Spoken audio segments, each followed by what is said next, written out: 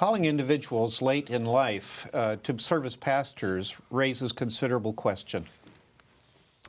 And these questions are a matter for the discernment of the church. The American Religious Town Hall meeting is now in session.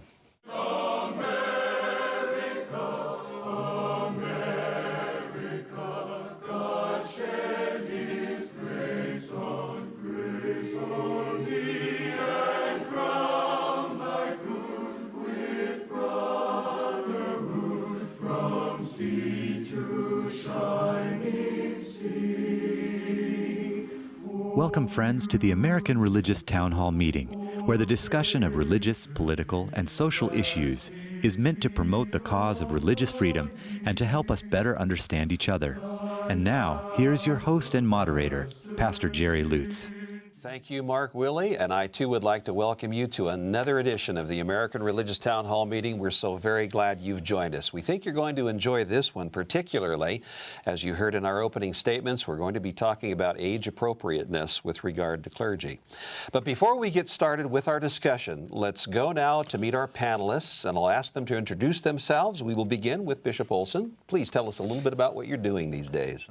My name is Bishop Michael Olson, and I am the Bishop of the Roman Catholic Diocese of Fort Worth, Texas. My name is Bert Beach, and I'm a Seventh-day Adventist minister, retired, living in the shadow of the General Conference of Seventh-day Adventist, our world headquarters, so I'm called in for various consultations every so and so often. I'm Tom Plumbley. I am the senior minister of First Christian Church in Fort Worth, Texas. We're a part of the Christian Church Disciples of Christ. My name is Mel Robeck. I'm professor of church history and ecumenics at Fuller Theological Seminary in Pasadena, California, and I'm an Assemblies of God minister. And my name is Othel H. Lakey. I'm a bishop retired in the Christian Methodist Episcopal Church, living in Buford, Georgia.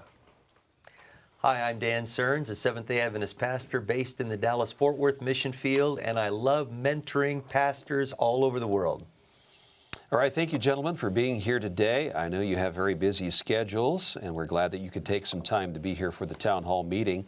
Now let's get right to our subject. Most religious organizations don't fix an age for entering ministry or pastoral work, though there are usually regulations or traditions dealing with retirement age. One can talk about the vigor and splendid idealism of youthful pastors and answer with the experience and wisdom of the more elderly clergy. Churches, synagogues, mosques, and other houses of worship and their religious bodies are controlled and limited by budgets and available funds. Appointing pastors late in life who have exercised another profession may close the financial door to ministry for recent deserving seminary graduates. The United Methodist Church, for example, was in the news when one of its conferences discussed guidelines that would encourage people over 45 to seek other types of lay ministry rather than becoming pastors. Today, our panelists are going to consider some questions, at least these three. First, is it good policy to take pastoral age into consideration when planning ahead for the future of a church or religion? Second question, since ordained ministry is seen as dependent on God's call recognized by the church, is it wise to establish inflexible delimiting criteria such as age? And finally, have individuals starting late in life as pastors often made an outstanding contribution to the pastorate, or has their venture been more often an ordinary or stopgap contribution? Well, those are the questions I'd like for the panelists to consider today. Let's return now to those who made the opening statements, and for that, let's go back to Dr. Mel Robeck, and please, if you could tell us a little bit more about your opening thought. Sure. God calls people at all stages of life to do various kinds of things, and God can call people at age 45 or 50 or 60, if God so chooses, to fill what we would look at as a career, as a pastor, as a minister, and so forth. It is the case that about 25 years ago, we started to see changes in seminary education that suggested that the average age of incoming seminarians was growing from straight out of college, age 22 to 25, on up to 35, 40, 45, and a lot of second career people began to attend seminary. It's not been so true at Fuller where I work, but it is true in a lot of denominational seminaries. And for some, it has been a real gift because churches were beginning to go without pastors.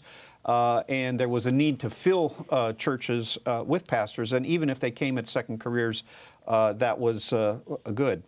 But apparently the United Methodist Church at this point in time has, at least in one conference, has made a decision, or at least is thinking seriously about opening up space for younger clergy.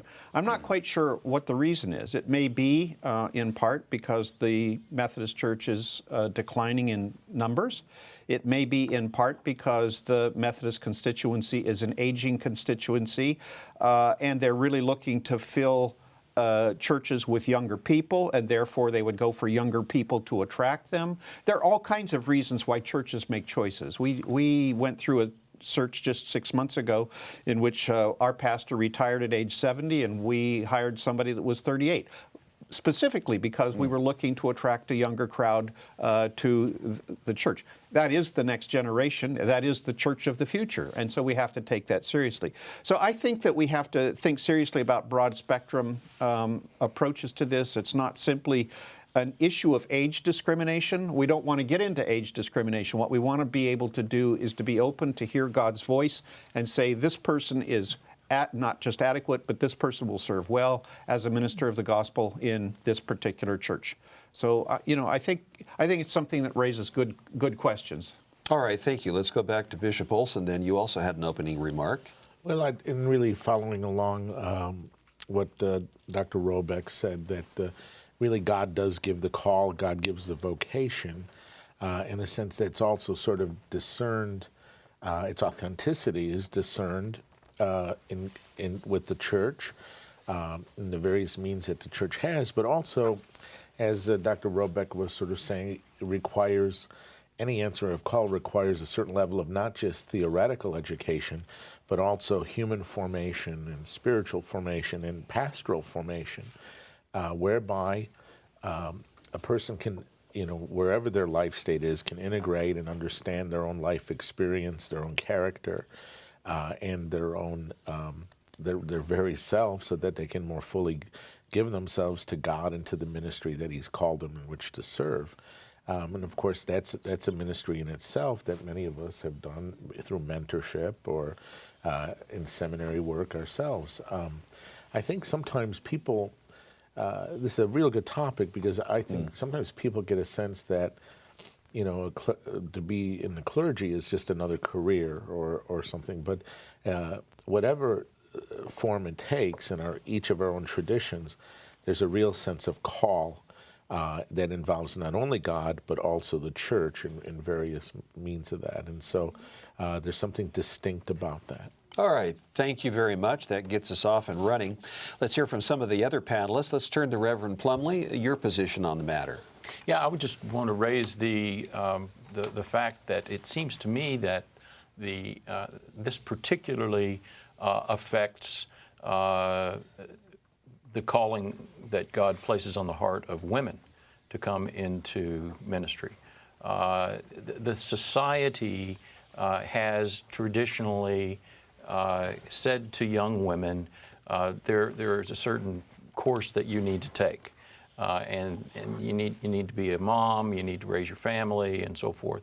And a lot of times, women have not felt free to hear or respond to the calling that they have known in their hearts until after their children are raised and out of the home.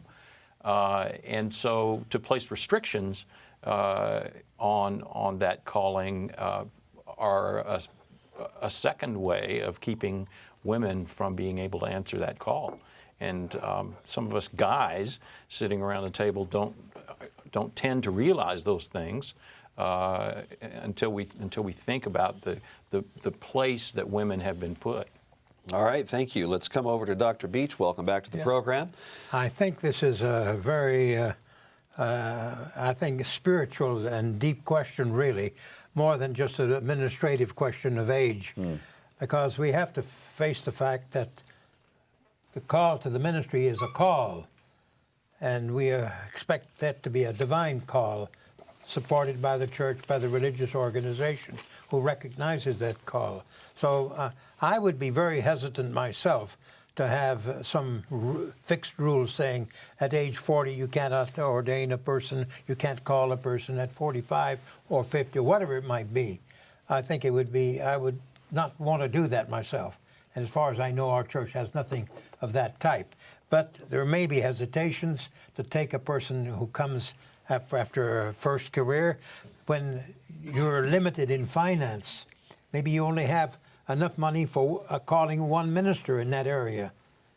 And there's a young graduate ready to come, and then there's another one older. Well, what are you going to decide? I suppose the Lord somehow, after prayer, will lead, and they'll come to some decision. But it is something, it's not just a spiritual issue, as I said to begin with. It's also a practical issue that has to be faced. All right, thank you very much. Bishop Lakey, welcome back to the program. I'd like to hear from you now on this subject. You said you were retired, by the way, so yes. maybe you can weave that in I'm retired. your comments. I'm still doing a lot of preaching and Yes. teaching and that kind of thing, and I'm enjoying it very, very much. If I'd known retirement was this good, I would have done it 40 years ago. This is a very, I think, important topic, and it's kicked off by the United Methodist Church. Now, I'm not in the United Methodist Church, but I can understand our church's pattern right after it, just like it. And I can understand some of the dynamics. What you may not realize that in the Methodist system, that this being in the Methodist ministry, it carries with it certain guaranteed appointments, so that when you come into the itinerancy in many Methodist bodies, when you're admitted, then you are almost guaranteed an appointment with salary. Well, when you bring persons in who are past up at a certain age, then that guaranteed becomes a serious financial type of a problem because you don't have the time to build it up. So it's not a denial of call to ministry. It is rather a call to this very structured, hierarchical, itinerant pastoral ministry that is very specialized in the Methodist system. So that's part of the dynamic of it. The other is, and this has been my experience as a bishop, many times persons have a general call, this urge by God to be in ministry, but they don't quite have it defined. And what we do most of the time is push persons into pastoral ministry. I think part of the rationale here is that people who have this call at a later age in life, to help them define ministry in terms other than simply this pastor thing.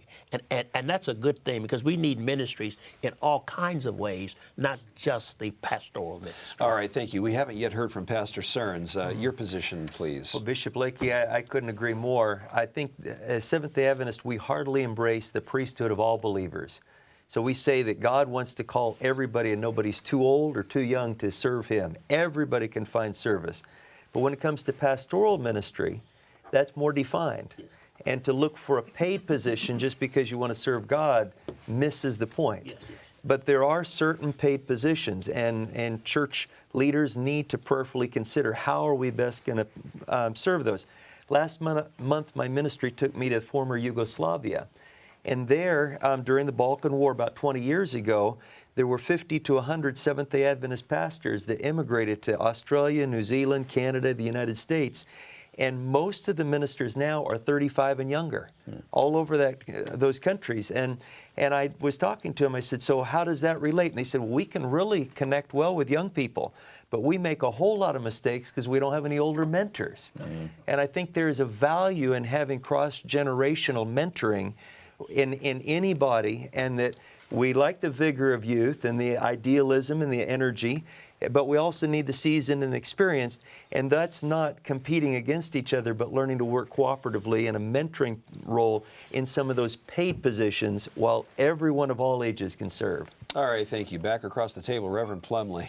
Yeah, I just wanted to respond to Bishop Lakey, who was talking about the reasons that the Methodists sometimes can't put people into that guaranteed salary position and all of that.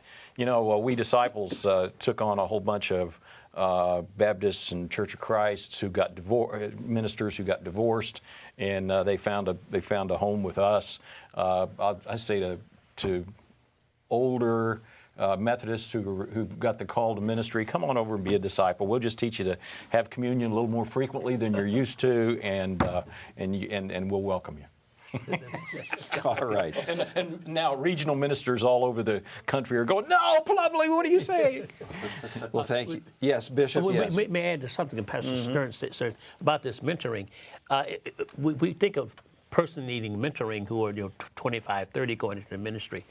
But a 45 or 50-year-old also needs mentoring, and that becomes a little bit of a different problem in that you got to have some time to learn this whole new field of ministry, and that also is a problem in older persons coming into full-time pastoral ministry. Thank you. Now, I think Bishop Olson wanted to respond to some of the I'd comments follow here. up on what Bishop Lakey's saying there too, is that it's when you have a fully formed person, and ministry is such a personal endeavor. I mean, your whole person comes forward. That formation and education, while of someone at that time in life, involves a different approach than it would for a younger man or woman coming out of college or at the level of college. And so I think what I think the Lord tells us by calling people at different stages is that it's not a one-size-fits-all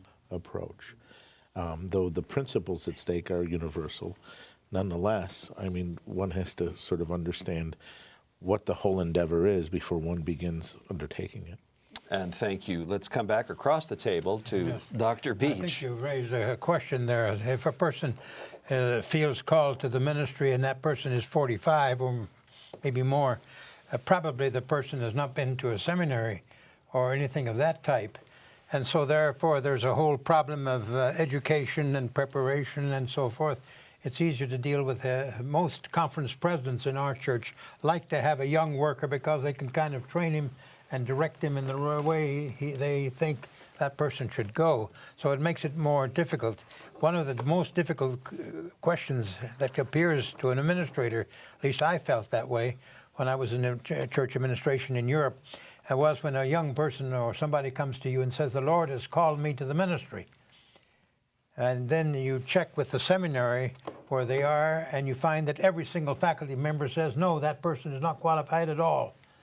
It just has a kind of I was going to say be in the bottom. That's not a very good term, but it has a kind of an idea that he is, but he isn't qualified.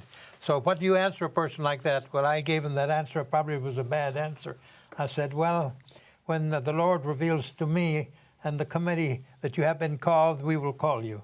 There's wisdom in the multitude of counselors, then, is what I think the church has a role there. The church has a role in helping the person discern the veracity of that call. And to deny that is the church makes all sorts of mistakes by just ordaining folk willy-nilly. We have time for just a couple of more comments. Pastor Serns, and then back up to Bishop Olson. Yeah, I think when somebody feels called, that we need to involve them in volunteer ministry for a while. And then that begins showing them where they're at.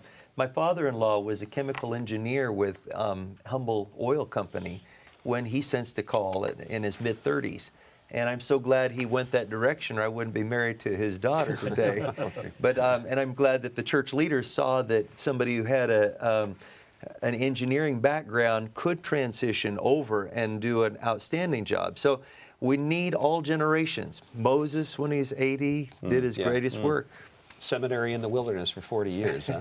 All right, let's come back over to Bishop Olson, please. I just think that when somebody comes forward and claims they've had a call, I always want to know, well, why do you say that?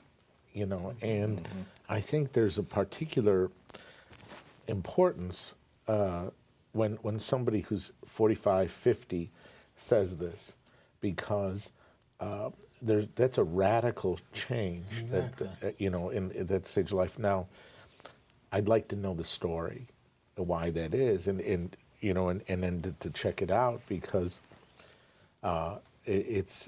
because it is somewhat out of the ordinary. But nonetheless, God acts out of the ordinary all the time. And here we are. Yes. Thank you so very much. We're out of time for this segment, but this has been a really interesting discussion today. I hope you've enjoyed this as you've been watching this edition of the American Religious Town Hall. There is an important message I'd like for you to hear. We'll take a break, but we'll be back in just a few moments. Thank you, Pastor Lutz. We hope you are enjoying today's program. If you would like to learn more about the American Religious Town Hall, please visit our website at americanreligious.org. That's americanreligious.org.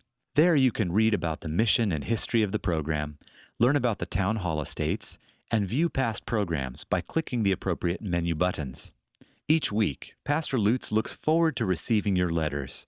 You may write to him at the address shown on your screen. Send your letters to Pastor Jerry Lutz, American Religious Town Hall Meeting, P.O. Box 180118, Dallas, Texas 75218. That's Pastor Jerry Lutz, American Religious Town Hall Meeting, P.O. Box 180118, Dallas, Texas 75218. Thank you for writing, and thank you for watching. And now, back to you, Pastor Lutz, and today's closing statements. Thank you, Mark, and welcome back. I do look forward to hearing from you, and I would encourage you, as Mark has, to go to the website and look at some of the past programs. We have an archive button for you to push there, and we think you'll find some very interesting programs there as well. Tell your friends about us, too. Now let's go to our summary statements. We begin with Bishop Olson. God calls many people at many different times in their life, and the church shares in the discernment of that call as to if it's authentic, and if so, where and how does one answer that in giving glory to God and ministry to His people. Thank you, Bishop. And now, Reverend Plumbley, your closing statement. I'd like to say pretty much the same thing. The call to ministry is from God. It is sometimes misunderstood, however. The church's role is to test that calling, to ensure academic and psychological fitness, and willingness to prepare oneself academically and psychologically is a part of the evidence of the veracity of the call. But the church should not be setting artificial barriers of any kind to people responding to God's calling. All right, thank you, Reverend. Next to you, Bishop Lakey. Your summary, please. One of the great gifts of God's revelation is this mysterious call of God, that overwhelming sensation, this urge that comes over us, that God is calling us to do special service in God's name. That happens. But there has to be some response on the community of faith to authenticate, validate, and then to some extent elucidate what that call of God might be for that individual life. Thank you, Bishop. And now, Pastor Serns, your summary. If you're a believer, you are called to ministry for a whole lifetime. Don't expect to be paid, but if you find a place where they'll pay you, that's added benefits. All right. Well, thank you, Pastor Serns. Dr. Robeck, your summary, please. The church is made up of all people that have come to faith in Christ. It's not the church if it's only older people. It's not the church if it's only younger people. It's the whole people. I think the same thing can be said about clergy. We need everybody to respond to the call of God upon their lives.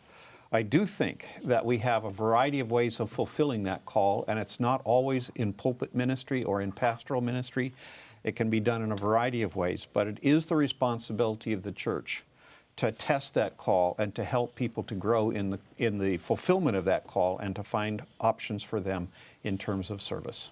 Thank you very much. And now, Dr. Beach, your summary. Well, I certainly agree with all the summaries, so I don't have much to add. I think God is not limited in his calls. He calls whoever he wills. But I think these calls, as a person is educated or not educated, needs to be looked at carefully and perhaps prayerfully, and with time seeing what the possibilities are, and certainly not just shut the door automatically because of age. Well, thank you very much. This has been an interesting and enlightening discussion. And as I sit here among my colleagues, and I do consider you colleagues, I know that each one of you have experienced the call to ministry in one form or the other. I'm curious, though, as to what age was it that you were called? Can we just do a little lightning round around the table? Would you mind, Bishop? What age were you called to ministry? We'll go through this really quickly, just an age. 14. 14. And then Reverend Plumbley? Long process, unidentifiable, any particular date. All right. And Bishop? Around 11. Wow. And then across the table, Several Dan. different points, but mid-20s. All right. I grew up in a pastor's home. What can I say? We played church. You had no choice then. All right. And then what age Mine did you was get? very similar. I mean, all my whole life was always surrounded by church leaders coming to my father's home because he was a leader in our church and so forth. And so I was kind of expected somehow it to fit into some form of church service without saying exactly what it would be. Well. And it turned out that I went into education and then went into administration. Not so much pastoral experience in the local church, but more in a broader sense. Well, thank you. This has been interesting to hear from each of you. As for myself, I was also very young when I sensed the call of God, actually 4 years of age. And the Lord has led in all these years, and it's brought me to this place where I can call myself a colleague of you very good friends, and thank you for your service to your churches and to your religious organizations as well. Well, we're glad that you've joined us today. We hope you've enjoyed today's program. We hope you'll come back soon. And you can check in on us at any time. Just go to the website. You can find all kinds of programs there from even years ago. Well, the charter of the American Religious Town Hall provides that Roman Catholics, Protestants, Jews, educators, and others may appear on this program and can declare their beliefs without hesitancy. And the rest of the members of the panel will uphold and guarantee that American right to all who will appear, irrespective of race or creed, so that the rest of the world can see that here in America we believe in civil and religious freedom, not only in theory, but in reality. And now, friends, until next week, at the same time and over this very channel, the American Religious Town Hall meeting stands adjourned. And may the God of all of us bless all of you.